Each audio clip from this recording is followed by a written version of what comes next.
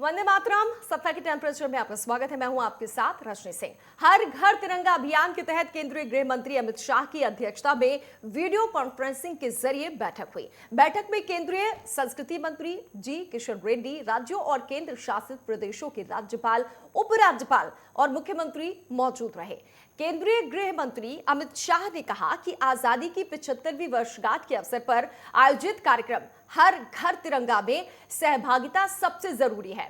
इसके लिए व्यापक स्तर पर प्रचार प्रसार कर लोगों को, विशेष रूप से युवाओं को प्रेरित करना है। वहीं उत्तराखंड के सीएम पुष्कर सिंह धामी, झारखंड के सीएम हेमंत सोरेन और छत्तीसगढ़ के सीएम भूपेश बघेल भी बैठक में शामिल हुए। बता दें कि कार्यक्रम के तहत 13-15 अगस्त तक, यानी 13 तारीख को, 14 और 15 अगस्त को घरों में तिरंगा फहराया जाएगा। तो हर घर तिरंगा अभियान की आज हम चर्चा करेंगे कि किस तरीके से ये खास है, कैसे देशभक्ति की भावना जगा सकते हैं और कितना सहयोग लोग करेंगे। कई ऐसे लोग भी होते हैं जो बिल्कुल अलग विचारधारा रखते हैं, उनकी भी चर्चा करेंगे। हमारे साथ मेहमान जुड़े हुए हैं। सबसे पहले मेरे साथ मेरे स्टूडियो में खुद मौजूद हैं वरिष्ठ पत्रकार डॉक्टर सुनील कौशिक जी, और साथ ही साथ वरिष्ठ पत्रकार शेखर कपूर भी हमारे साथ जुड़ चुके हैं। बहुत बहुत स्वागत है दोनों लोगों का। डॉक्टर सुनील कौशिक जी, मैं आपसे ही शुरुआत करना चाहती हूँ। हर घर तिरंगा सुनने में जितना अच्छा है, तिरंगा जब फहराएगा उतना ही मान सम्मान, देशभक्ति भी होगी। इसे किस नजरिए से देखते हैं? इतनी अच्छी सोच है सरकार की कि जिस देश के प्रति किस तरीके से उत्साह होना चाहिए, स्वतंत्रता किस तरीके से देश को मिली, उसकी गाथा गाने का, उसको समझने का, उसके लिए अपने आप को तैयार रहने का जो एक अनोखा जिस तरीके से प्रयास सरकार ने किया है, मुझे लगता है कि तारीफ़ काबिल है। निश्चित तौर से हर घर में झंडा फहरना चाहिए, वैसे फहराया भी जाता है, लेकिन मुझे लगता है कि सरकार की जिम्मेदारी बनती भी है और वहाँ के अफसरों की भी जिम्मेदारी बनती है कि बहुत सारी जगह से सूचनाएं आती हैं कि तिरंगे का अपमान हुआ। हाँ। तिरंगा कैसे फहराया जाएगा, कितने, क्या उसका साइज होगा, कौन से कपड़े का बनाया जाएगा, कब उतारा जाएगा, कब फहराया जाएगा, ये शाम के बाद, तमाम ऐसी गाइडलाइन है हमारे तिरंगे के प्रति।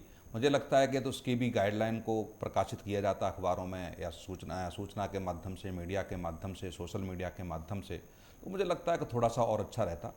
केवल इस तरीके से टारगेट दे देना, जैसे हर सरकार में टारगेट दिया गया है। छत्तीसगढ़ की बात करें, मध्य प्रदेश की बात करें, उत्तर प्रदेश की बात करें, मध्य प्रदेश में 1.5 करोड़ के आसपास है, छत्तीसगढ़ में 60 लाख के आसपास है, हर उत्तर प्रदेश का हर जिले में 4.5 लाख के आसपास जो टारगेट निर्धारित किया है, उसकी क्या रूपरेखा तैयार की गई है।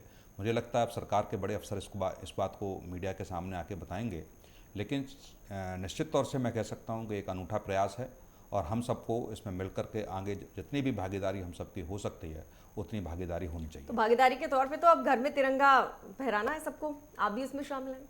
नहीं, सब शामिल हैं। मुझे लगता है हर नागरिक को शामिल होना चाहिए, युवाओं को खास तौर पर। हाँ, लेकिन एक थोड़ा सा जैसे हम दीपावली मनाते हैं, होली मनाते हैं, बहुत सारे ऐसे त्यौहार हैं। मुझे लगता है कि देश को स्वतंत्रता कैसे मिली, कैसे लड़ाई लड़ी गई, इसका थोड़ा सा मुझे लगता है कि युवाओं में जो उत्साह कम होता जा रहा है। पहले की अपेक्षा आप देखा जाए कि जब हम बचपन में थे तब दीपावली और होली का और आज की स्थिति में देखा जाए तो बहुत कुछ अंतर आ गया है। मुझे लगता है फिर उस ओर लौटने की आवश्यकता है कि जिस तरीके से परिवारों में, घर मोहल्ले में, अपने गाँव में जिस तरीके से हम त्यौहार मनाते थे, उस त्यौहार को मनाने की कुछ मुझे लगता है कमियाँ आती जा रही हैं। कहीं ना कहीं परिवार बिखर गए हैं, छोटे छोटे परिवार रह गए हैं जो पहले संयुक्त परिवार हुआ करते थे। कहीं ना कहीं ऐसा लगता है कि परिवारों में कि एक दूसरे के प्रति कटुता आ गई है। तो ये जो पहले जैसी जो स्थितियां थी वो कुछ बदल गई हैं। मुझे लगता है हम सबकी जिम्मेदारी बनती है कि फिर हम उसी तरफ लौटें और जिस तरीके का माहौल 4 दशक 5 दशक पहले हुआ करता था देश में, यदि वो लौटता है तो मुझे लगता है कि त्यौहार ऐसे मनाने का कुछ और ही मज़ा होता है। बिल्कुल, और उसी देशभक्ति को जगाने की भी कोशिश है। हमारे साथ वरिष्ठ पत्रकार शेखर कपूर जी भी है। शेखर कपूर जी, आपकी क्या राय है और क्या मकसद है इसके पीछे? क्योंकि तिरंगा तो तभी फहराते थे लोग, लेकिन अब हर घर तिरंगा। देखिए, हिंदुओं का अपने त्योहार हैं, होली है, दीपावली है। मुस्लिमों का त्योहार जो उनका है वो ईद है, ईद उल जुहा है। क्रिश्चियंस भी अपने त्योहार को जो है ईस्टर पर्व के रूप में मनाते हैं। तो हमारे देश के अंदर विभिन्न जातियां, विभिन्न समुदाय अलग अलग स्तर पर जो है त्योहार मनाते रहे हैं, लेकिन ये एक पहली बार एक ऐसा आह्वान, हालांकि देश के अंदर हर व्यक्ति राष्ट्रीय पर्व, स्वतंत्रता दिवस और गणतंत्र दिवस के ऊपर मौके पर अपनी जिम्मेदारियों का निर्वहन करता है, लेकिन ये वर्तमान सरकार के द्वारा देश के अंदर ये एक पहला आह्वान किया गया है कि हर घर के अंदर तिरंगा जो है फहराया जाए, हर व्यक्ति उस अपने उस भावना को मजबूत करे जो राष्ट्र की भावना है, राष्ट्र के प्रति प्रेम की भावना है, तो ये एक अच्छा प्रयास है। लेकिन इसके साथ में ही कई चीजें हमारे देश में सामने आ रही हैं कि विपक्ष जो है ये सत्तारूढ़ पार्टी की तरफ से किया गया है। विपक्ष का अभी तक जहां तक मैं विभिन्न राज्यों के बारे में अध्ययन कर रहा हूं कि वहां से बहुत ज्यादा उत्साहवर्धक और सकारात्मक रिपोर्ट्स हमारे पास में नहीं आई। हम दिल्ली के अंदर जो पत्रकारिता करते हैं तो मेरा इस मामले के अंदर यह भी कहना है कि भारत सरकार को और विभिन्न राज्यों को ने जो ये आह्वान किया एक अच्छा प्रयास है, आजादी के अमृत काल के मौके पर किया गया है। तो इसके अंदर विभिन्न राजनीतिक दलों के साथ में बैठक करके, विभिन्न समुदायों के साथ में बैठक करके, देखिए राज्यपाल, उपराज्यपाल और झारखंड के मुख्यमंत्री भी रहे, छत्तीसगढ़ के, बैठक तो हुई ना। इस बार सबका साथ, सबकी विचारधारा और सबके लिए बैठक बुलाई गई, तब जाकर इस अभियान की शुरुआत हो रही है।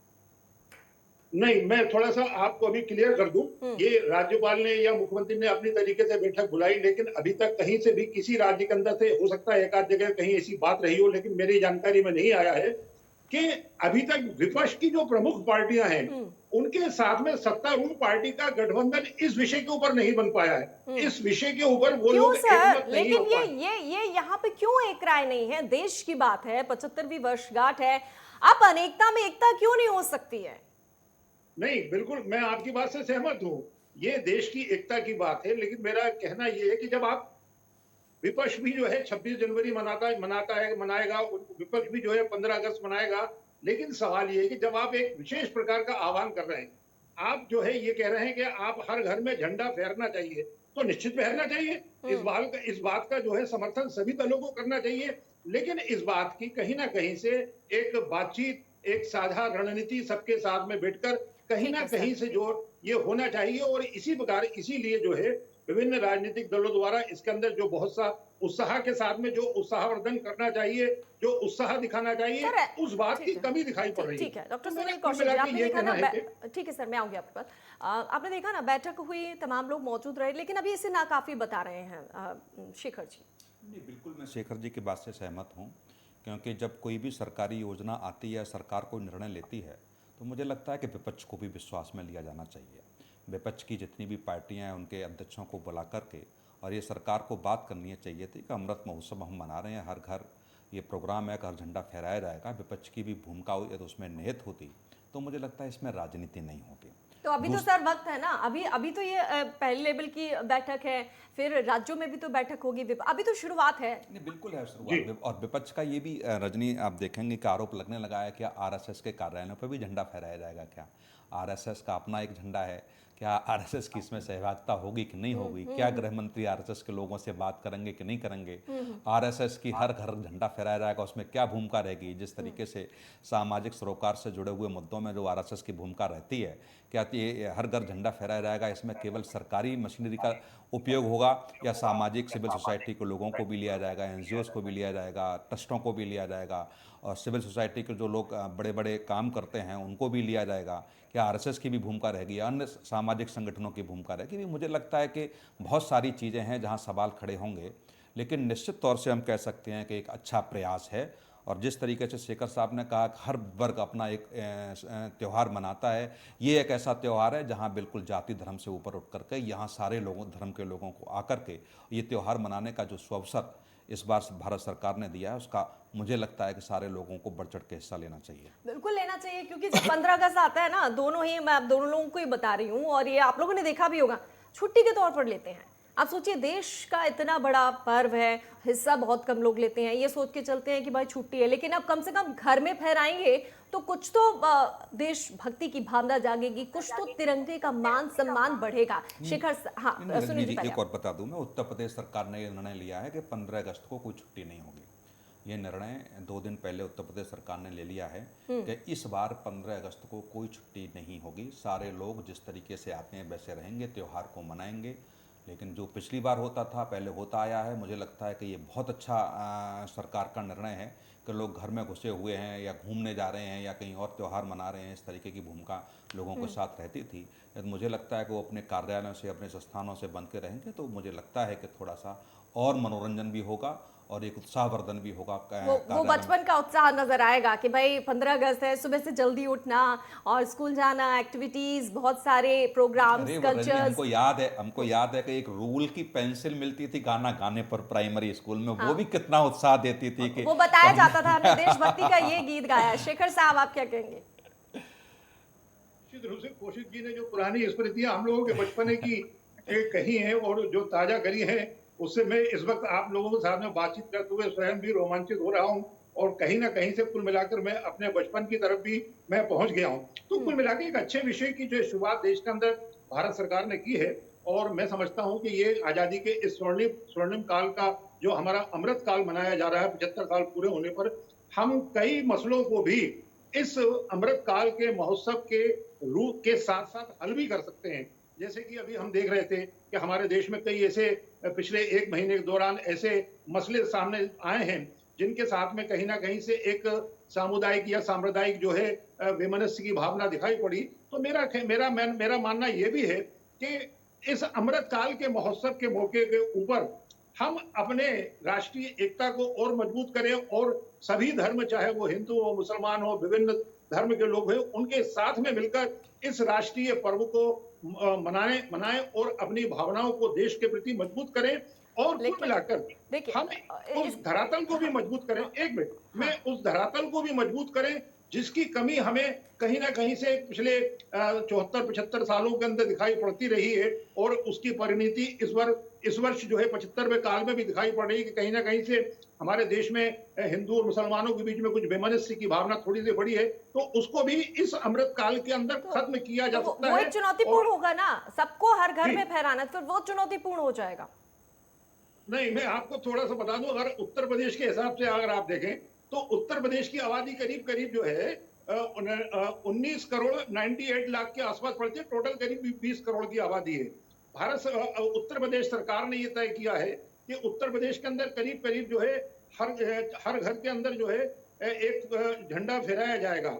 तो कुल मिलाकर जो है करीब करीब 4 करोड़ झंडों का एक लक्ष्य उत्तर प्रदेश सरकार ने तय किया है। लेकिन जैसे सुनील जी कह रहे थे, लक्ष्य तो है लेकिन नियम धर्म भी तो होते हैं इसके अपने, वो लोगों को बताना होगा, समझाना होगा कि ये अपमान नहीं होना चाहिए। हम देखते हैं बड़े बड़े लोग भी ध्यान नहीं देते हैं, उल्टा तिरंगा फहरा देते हैं, फिर तो करोड़ों फहरने हैं।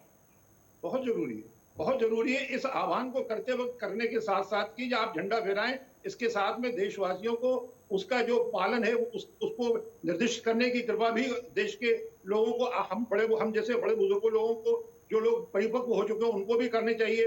हम इस बात का भी ध्यान रखें कि प्लास्टिक का जो है वो हमारा राष्ट्रीय ध्वज ना हो, बल्कि वो सूत का हो, कपास का हो, कपड़े का हो, और जब हम लोग उसका उपयोग कर चुके हैं उसको उतार दें, उसको सहेज के संभाल के अपने घर के अंदर उसी प्रकार उसी पवित्रता के साथ में रखें जिस पवित्रता के साथ में हम अपनी कुरान को, अपने रामायण को या अपनी बाइबल को रखते हैं। तो ये भी एक संदेश देने की बहुत आवश्यकता है। ये 3 दिन 13 से 15 तारीख तक तिरंगा फहराना है। इतने करोड़ों फहरने हैं तो रोजगार भी मिलेगा।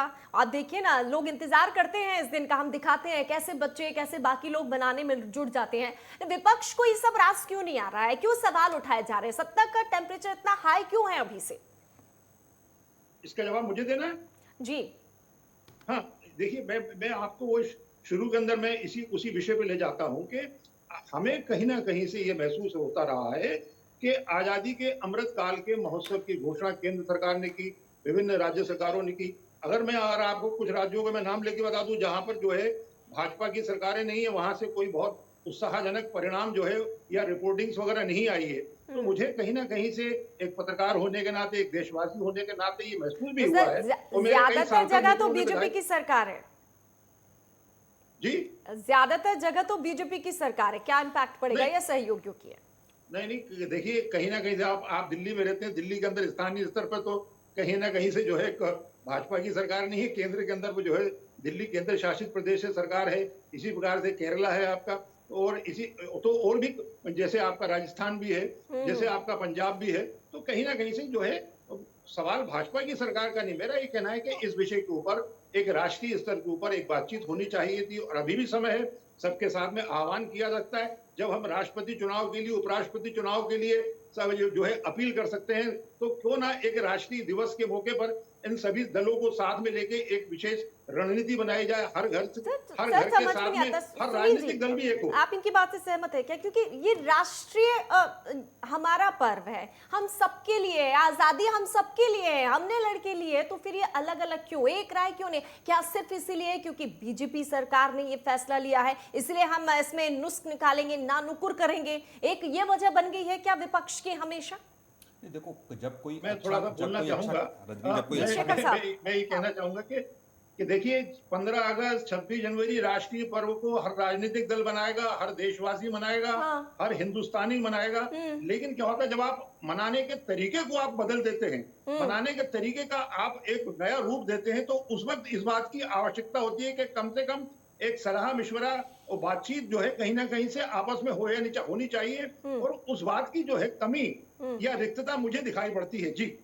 तो ठीक देखो रजनी जी, जहाँ तक विपक्ष की बात है, मुझे लगता है कि जब कोई अच्छा काम सरकार करती है तो विपक्ष को लगता है कि इसका श्रेय सरकार न ले जाए, श्रेय की राजनीति, इसका राजनीतिक फायदा कहीं सरकार को न मिल हाँ, जाए। हाँ। तो वो अब जो कुछ मैं देख रहा हूँ पिछले 1-1.5 दशक से कि विरोध के लिए विरोध होता है, और ऐसा नहीं बीजेपी भी पीछे है। आपने देखा होगा जीएसटी का विरोध बीजेपी ने सड़कों पर उतर के किया।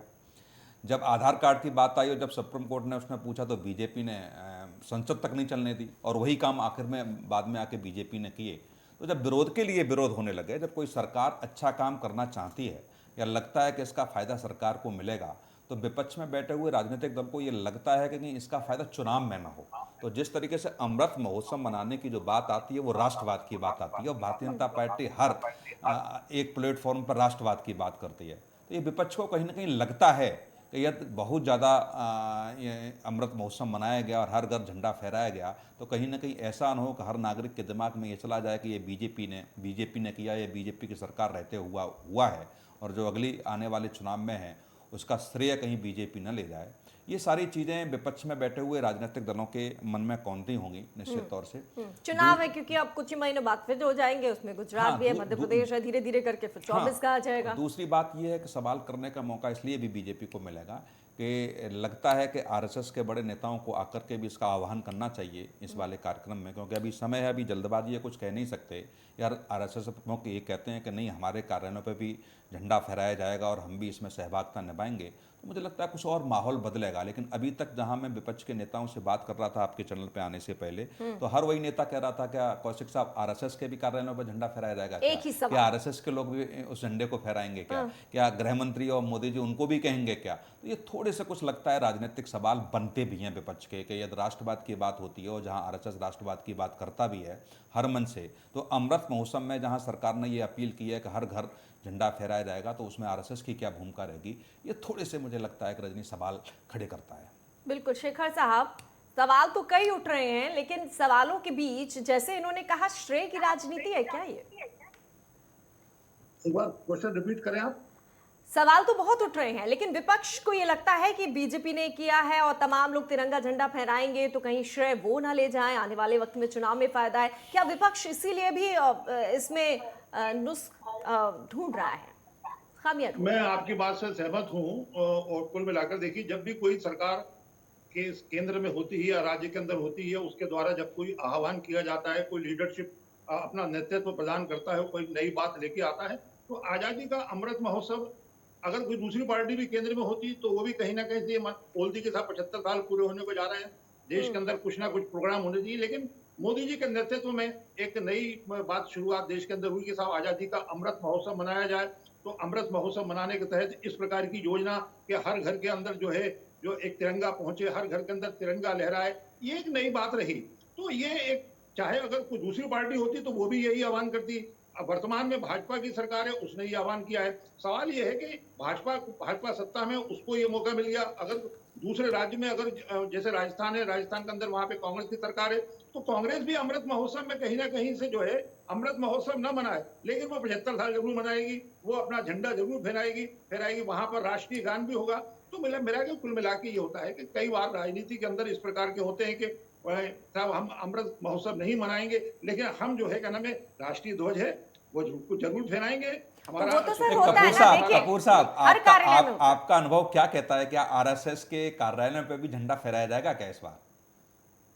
नहीं देखिए, मैं कुल मिला के ये आरएसएस जो है, आरएसएस की बात हम आजादी के नहीं, अमृत आपके महोत्सव अनुभव की के बात तहत- कर रहा हूं। हम और आप वैसे ही बात कर रहे हैं, जनता जानना चाह रही है, सोशल मीडिया पे भी अभी लाइव चल रहा है।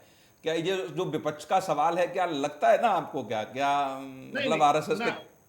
जी। नहीं नहीं, इसको देखिए, राष्ट्रीय पर्व है, आजादी का अमृत महोत्सव काल है। इसको कहीं से भी हमें ना तो आरएसएस से जोड़ना चाहिए, ना हाँ, मुस्लिम लीग से बिल्कुल जोड़ना सही कहा चाहिए। आपने। कुल मिलाकर हमें एक आजादी का अमृत महोत्सव और है। सर हमें शेखर अपने साहब आजादी का देखिए ना, 15 अगस्त मनाना कोई है। सी भी पार्टी हो, आप कांग्रेस पार्टी हो, जेएमएम हो, और हर जी। कोई अपने कार्यालय में लहराता है ना, कि नहीं लहराता है? लहराता है, जाता है, मनाता है। तो फिर अब घर की बारी है तो साथ साथ क्यों नहीं चलेंगे हम? हाँ, तो सभी लोगों को इस विषय के ऊपर एकमत होना चाहिए, आगे बढ़ना चाहिए। जी।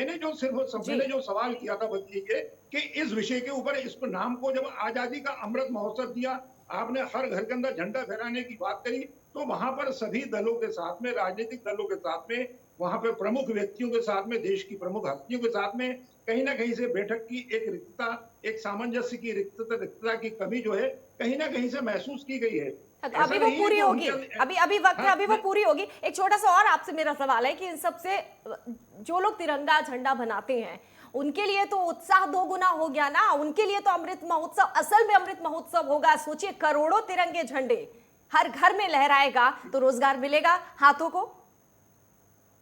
ये देखिए, आपने ये एक ऐसी बात है, मैं जिससे थोड़ा सा सहमति और असहमति मेरी जो है, आपके साथ में भी बन सकती है, कौशिक जी के साथ में भी बन सकती है। आपने देखा होगा, जब आप स्वतंत्रता दिवस से 1 दिन पहले, 2 दिन पहले, 10 दिन पहले, गणतंत्र दिवस से पहले तमाम सड़कों के ऊपर, दुकानों के ऊपर झंडे बिकते हैं। मैं झंडे बेचने के और खरीदने की बात का पक्षधर ही नहीं हूं। हमारे राष्ट्रीय ध्वज को क्या हम बेचें, क्या खरीदें? लेकिन ये है, चूंकि वो एक रोजगार से जुड़ा है, तो मेरा विषय तो ये भी है कि आने वाले समय के अंदर हमको इस दिशा में भी सोचना चाहिए कि हम एक चौराहे पे जाए, वहां पे ठीक है, बहुत सारे झंडे रखे सुनील जी, हों। छोटा सा हमें आंसर जो आपसे भी और बस, फिर क्योंकि हमें जो हम भी समाप्त दान करते देना हैं हो, इस डिबेट को। जो भी दान देना हो, सर, हम वहां पे दान प्रतिक्रिया देते और अपना झंडा ले आए। कपूर साहब, जो रजनी जी ने कहा छोटा सा। कि एक रोजगार बढ़ेगा, जिस तरीके से एक चैलेंज दिया गया है, एक टारगेट दिया गया है, मुझे लगता है कि अन्य वर्षों की अपेक्षा इस वर्ष मुझे लगता है कि जो रोजगार को थोड़ा सा बढ़ावा मिलेगा, और चाह जो उनके चेहरों पर खुशी भी होगी, और वो खुशी तब दोगुनी हो जाएगी जब हर घर में तिरंगा लहराया जाएगा। बहुत बहुत शुक्रिया शेखर साहब, डॉक्टर सुनील कौशिक जी, हमारे साथ चर्चा में जुड़ने के लिए आप दोनों का। तो सत्ता के टेम्परेचर में टेम्परेचर हाई है, हर घर तिरंगे को लेकर देखने वाली बात होगी कि विपक्ष का कितना साथ सत्ता पक्ष को मिलता है। हमें दीजिए इजाजत, बाकी खबरों के लिए आप बने रहिए नेटवर्क 10 के साथ। जय हिंद।